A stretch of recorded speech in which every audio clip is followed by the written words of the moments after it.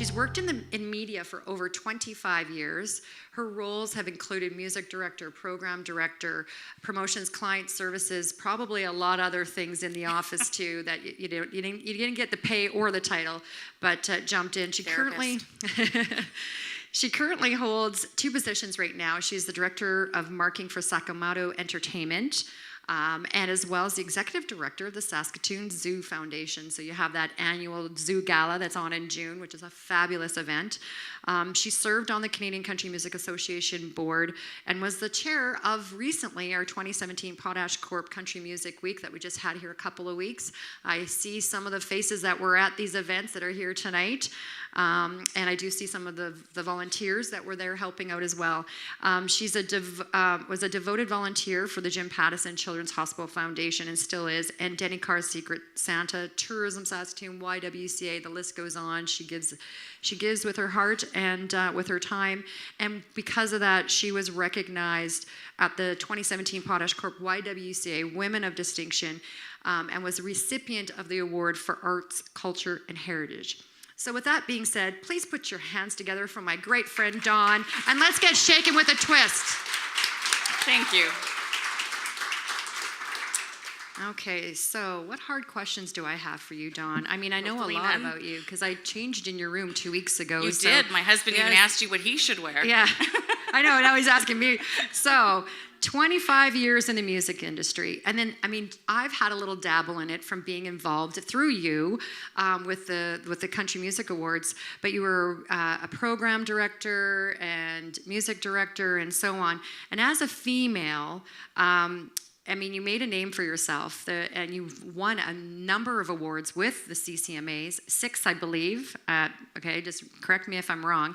And you really paved the way for females in the industry. I hear that so much when I have been involved. A lot of ladies saying, "If it wasn't for Dawn," and I hear men saying, "Holy cow, if it wasn't for Dawn" as well.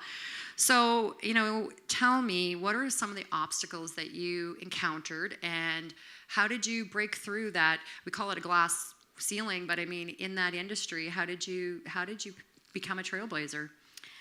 With any career that you engage yourself in, it's about relationships. And radio, media in general, is very male dominant. It is hard to break through. You don't hear a lot of female announcers. You don't see a lot of female music or program directors. Nowadays, it's changing a little bit, but it's still hard to get in. I think for me, I was extremely passionate about music and about country music and the industry. And I think with passion, you create success. And I really worked on building those relationships. And as a music director, what I always got from the artists was, we phone the radio stations, we can't talk to the music director, they're too busy, or no one's really listening to my music. And my philosophy was, if you're putting your time and energy into, and all your money, into creating music, you at least should be listened to. And I listened to everybody, and I took everybody's calls, and I created those relationships that now, 27 years later, I can still say that I have, and I'm very proud to have.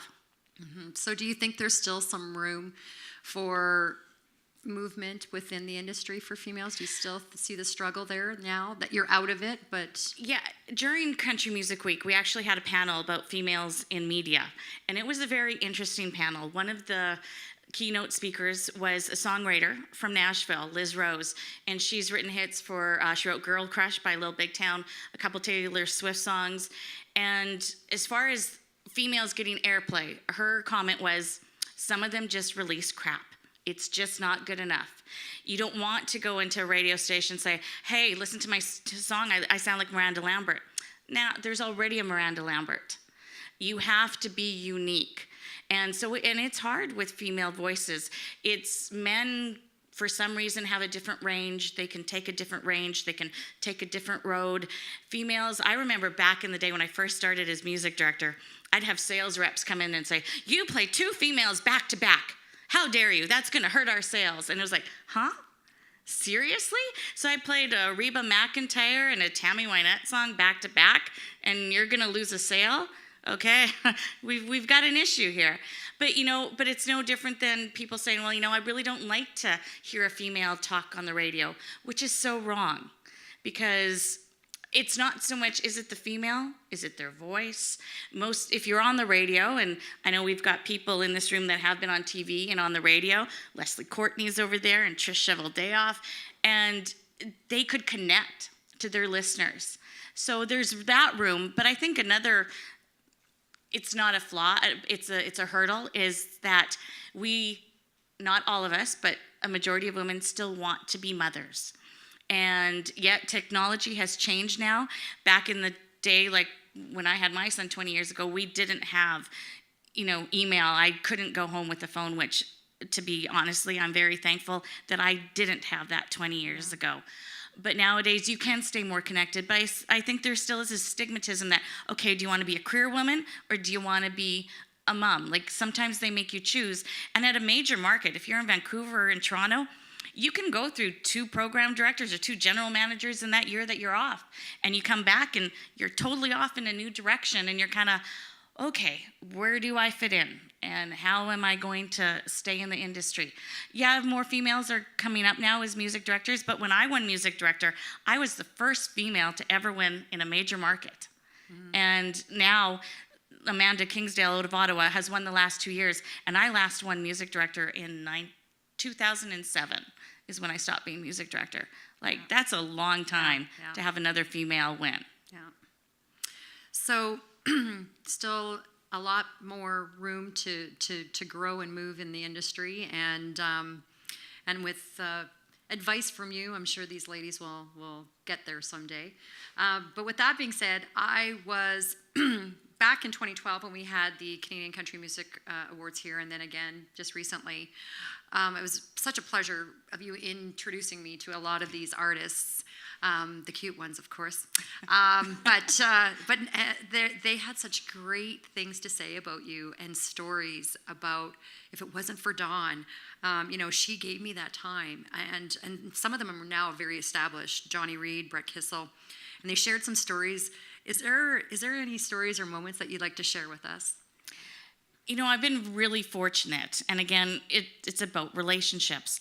There's a couple that I have that really I'll never forget, and one is Johnny Reid, and he was just starting out, and not a lot of people were playing him because was he really country, wasn't he country? There's still that debate, and he came out, it was Hot 93 back in the day, and we did a breakfast where we sent a winner to Vegas, and he came out for 6 o'clock in the morning, and it was around Valentine's Day. And then I was taking him back to the hotel, and he's like, I got a card from my wife, Dawn. He's like, I wrote a couple lines. Well, look Do at the accent. No. I could never try that. And so I read the card, and I said to him, oh my God, Johnny, that needs to be a song. Like, those are lyrics to a song. And it ended up being some lines in his hit, Thank You. And when he had a show out at Credit Union Saskatoon Center, I think it was Credit Union Center back then, he actually gave me a shout out, which I was like, wow, because you don't expect that.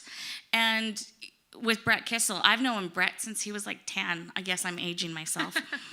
But it was like, he's a wonderful, wonderful young man. He's got a fabulous personality, but he just wasn't ready when he was 14.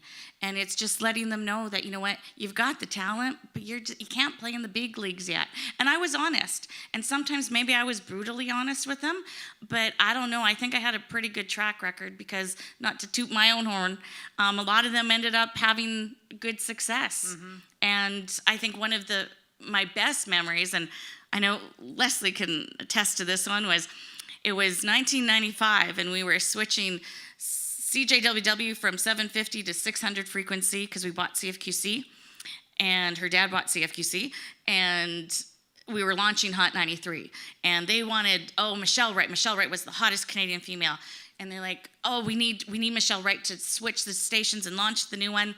Couldn't get Michelle Wright. But I went up to Leslie and I went up to Rod Kidder and I said, it's a brand new station. We should have a new artist, and I can get my hands on this new girl that has her first hit on the radio, Shania Twain. And Rod Kidder goes, you mean that girl that sings Who the Hell Your Boots Been Under? He's like, I don't want her. And I'm like, no, trust me. It'll be great. You do that really good. Yeah, Rod I can imitate, Johnny Reid not so much. And she came to the station, and we had 3 floors at that time, and downstairs we called it the basement. We had the creative department, and we had the production department. She sat at one of the desks, and she ate, and we talked about stay-ups compared to pantyhose, and we had this awesome, real conversation. And then the year later, when we turned 1, Hot 93 turned 1, we got her to do billboards, and she did a radio commercial. And she was just so down to earth, and then she absolutely exploded, and you couldn't touch her with a 10-foot pole. But it was one of those experiences that, wow, like we knew her when. Yeah. Wow, those are some great stories. I'm sure you have some that you can't tell us, but so now you've left, but you haven't really left, because now you're working for the Sacramento Entertainment, and I know that was one of your sort of bucket list and things that you really wanted to. We had this conversation. And you recently, well, I wouldn't say recently, but you have had the opportunity to work with Keith Urban and Johnny Reed in promoting concerts. So tell me a little bit about the life of, like, what is it like to be a concert promoter? It's funny because you're totally on the opposite end of what we did for radio. So in radio, we promote the concerts. So we talk about the concerts, we try to sell tickets for the concerts. Now you're on the other end, and you're at the back end, and it's a totally different world, because you're there, you're at the beck and call of artist management, you're at beck and call of the artist, and yeah, you're worried about ticket sales, but there's so many other aspects, and for me, it's extremely exciting, because again, I have such a passion for music. And to be backstage at a Keith Urban show and literally be going down the hall with him and him looking at you, and he's like, "Hey, Don," and you're like, "Hey, Keith," and it's like, you're like, oh my God. But it's still, you're still having those conversations. You're sitting at a table eating supper with them, because they have these caterers that come from like New York and LA and Houston, and those are the people that cook for them, and you see rough. these Sounds tracks. really rough. Keith, supper, catered from New York. I know it is, but the one thing though is it's tough, and I know you're sitting there thinking it's not tough, but Keith Urban was the very first concert in the new Rogers Place in Edmonton, so we were the very first show there, and let me tell you, I put on 40,000 steps that night because I had my little ticker on my phone, because that arena was huge, and you were running from that to get the announcers, to get them on stage, to intro the opening act, to going to the backstage, to doing that. It's like you go steady. So with the concert, when you're promoting it on the radio side, you're just doing the on-air stuff. You announce it, you push the tickets. When you're doing it on the promoter side, yeah, you announce it, but you're working with every station across Canada. You're working with, the management team, and so if you announce it in April, you work with them steady all the way through to show date, and to be able to go out on tour with them. It's for me, because I'm a huge music geek. It really is cool. So is there what's your next gig, or do you know yet, or is yes, it, I can do. you tell us? I can't tell you. Okay. But yes, we've got 3 Awesome. 3 more shows coming up pretty quick that we'll be announcing. Oh, so. Right on. Exciting. There's a lot of country concerts coming to Saskatoon. That's exciting. Yeah. There is country, you know what? Music is it comes full circle. And I remember back in the day in the early 90s when you had Garth Brooks come out and Clint Black, and it was huge, and then it kind of teetered off, and you had some kind of mediocre type artist, and then it's come full swing again, and it's absolutely huge. But the crossover with adult contemporary is absolutely amazing. Yeah. So we just had the 2017 Potash Corp Canadian Country Music Week, and the awards just wrapping up 2 weeks ago. You were involved in 2012 and instrumental in bringing that to our city as well. How we did a good job in 2012 is the reason why we got in 2017. Tell me a little bit about the behind the scenes. Saskatoon's known to put on some great events, and it is a great place to host these events, and like you said, country does well in Saskatoon. What's all involved behind the scenes of putting on an event like this? Well, for anyone that's been involved, there's a lot. First off, I think the biggest challenge is you're dealing with an office that's not in your hometown. And most of the time, they don't know the market that they're going to. So what may work in Toronto, we all know definitely doesn't always work in Saskatoon.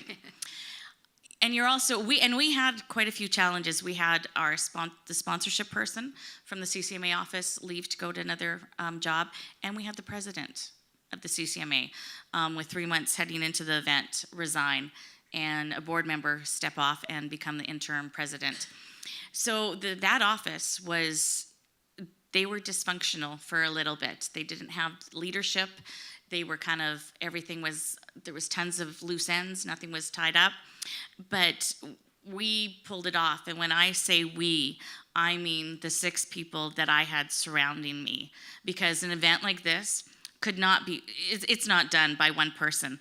And I couldn't have asked for 6 of the best people in this town, and those 6 people got their best people. And I know Trish Shoveldayoff's in the room today, and Shawna was here, and I know Amber is sitting there, and she was instrumental in being on Shawna's team. We just had an awesome team. We thrived off each other. We all had the same goal, and I personally think we rocked it. Mm-hmm. We heard that a lot from the artists. We heard that a lot from the delegates that were here. They were amazed by our city, how beautiful it is, and the people and the volunteers. We do such a great job. So yes, you had 6 people, but then we had 180 plus volunteers taking care of our delegates. We also put on the production of the show, which has never been done also by the CCMAs. Yeah. And so we had to give them another 100 volunteers as well. So really, the people of Saskatoon is one of the top reasons why this was such a success. Ooh, I said something wrong there. But with that being said, if anyone else is out there and want to host an event somewhere in Canada, come to Saskatoon. We know how to do it right. All right, so music industry to the zoo, Saskatoon Zoo Foundation. Big bit of a transition, I'm assuming, maybe not. Tell me a little bit about the learning curve and what did you have to adapt? What are some of the challenges you had to face? Tell me a little bit about this change in your career path. Well, I like to say that I went from working with 2-legged animals to 4 when I changed from radio to the zoo. You know what? The last 7 years that I was in radio, I worked with all the community organizations. So that was part of my main job. I worked with them to promote their event. So I understood what their goals were. I understood the fundraising philosophy. The reason why I chose the zoo, because honest to goodness, I never thought that my second chapter would include being a fundraiser. And we all need them and it needs to be done, but it just wasn't something that, that's what I'm going to look for. But when the opportunity arose, for me, the zoo is a place that is near and dear to my heart. It's close to where my husband and I have lived all our lives and where our son has grown up. So we spent many a times biking to the zoo and going to the zoo. And what I love about the zoo is for everyone. It's one of those places that no matter how old you are, no matter who you're with, you can go to. For a mother, you can go there with a stroller. You can go there with a wheelchair. You can go there with a walker. You can go there with your runners. You can go there no matter what. And animals, from what I have learned by being there, bring so much peace to some people. And the green space at the park, I never realized how many newcomers to the city just come and spend the day there, whether they sit in the sun or the shade or in the gardens, whether they're sitting and they're just reflecting, or whether they're watching their children play, or whether they're just not used to seeing such, luscious lawns.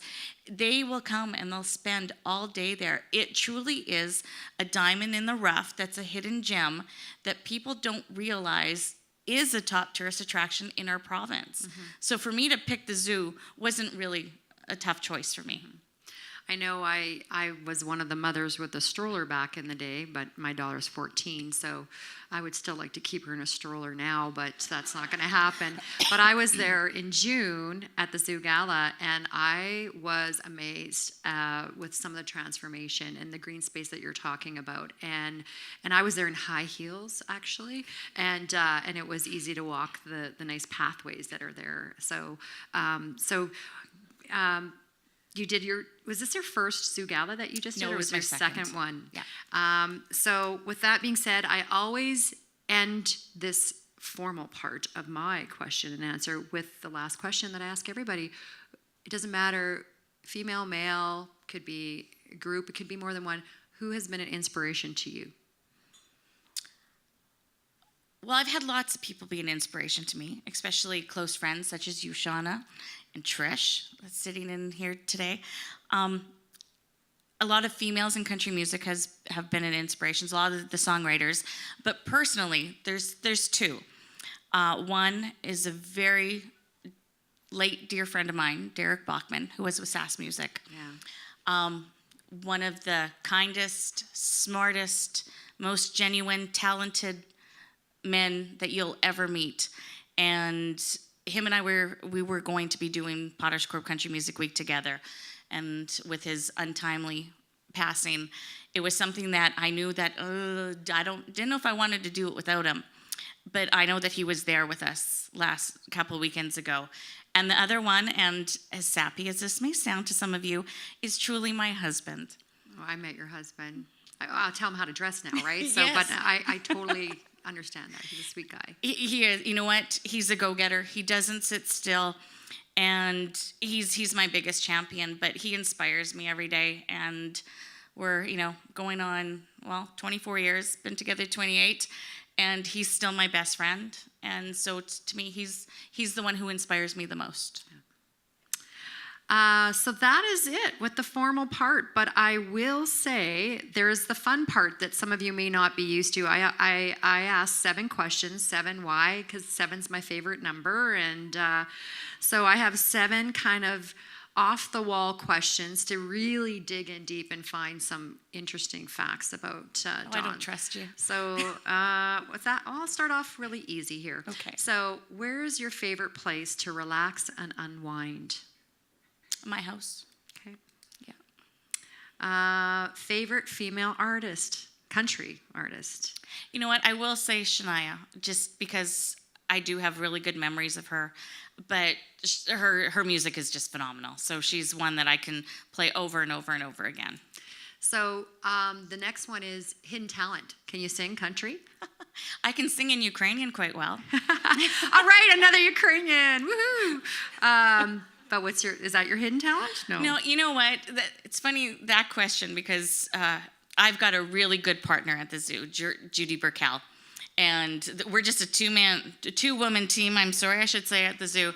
And Judy is just one of the loveliest people. And it was funny, we were having a conversation one day about hidden talents.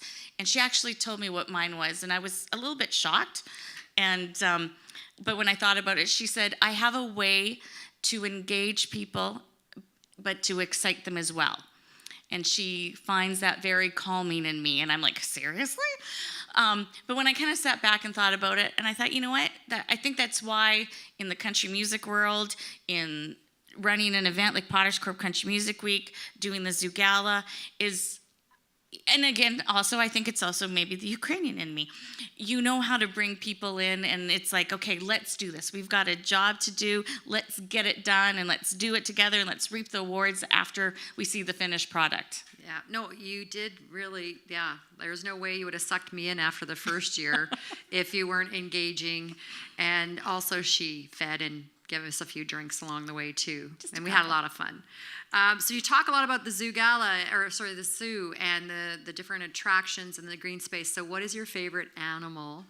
4-legged now, or maybe not 4-legged, I guess. But what's your favorite animal or attraction that you have right now at the zoo? Mine is the bears. The bears? The bears. And we have a new zoo manager. Okay, so do you have more than one kind of bear there, though? No, we just got the 2 bears. Okay. Yeah, which they're very loving, and they're wonderful to watch. But we have a new zoo manager, and he's got some phenomenal plans. He's a big visionary, and he just wants to rejuvenate that zoo beyond belief. So, that's one of the things that we're trying to help with, because yes, it is a city facility. However, you have to also, we can't just rely on the city to fund that attraction. And so that's why we put on Zoo Gala, and that's why we're a partner with the Enchanted Forest, so we can raise funds to create new exhibits. We had the Komodo dragons were new this year. They're still there? They're still there. Yeah, When they'll do be they there till leave? February. February. But Phoenix, the red panda, leaves in another week. So if you want to Oh, come he see was cute. Phoenix, you need to come soon.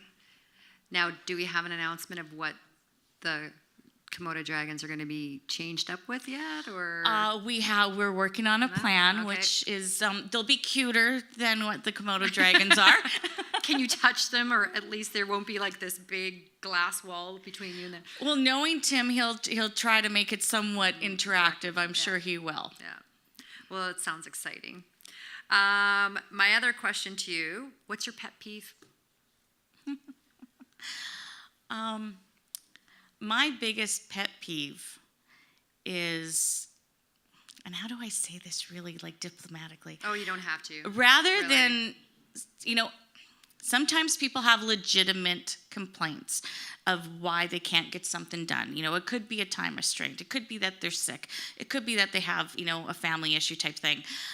But it's when you take that time to complain, and that time that you took to complain, you actually could have got it done. That's probably my biggest pet peeve.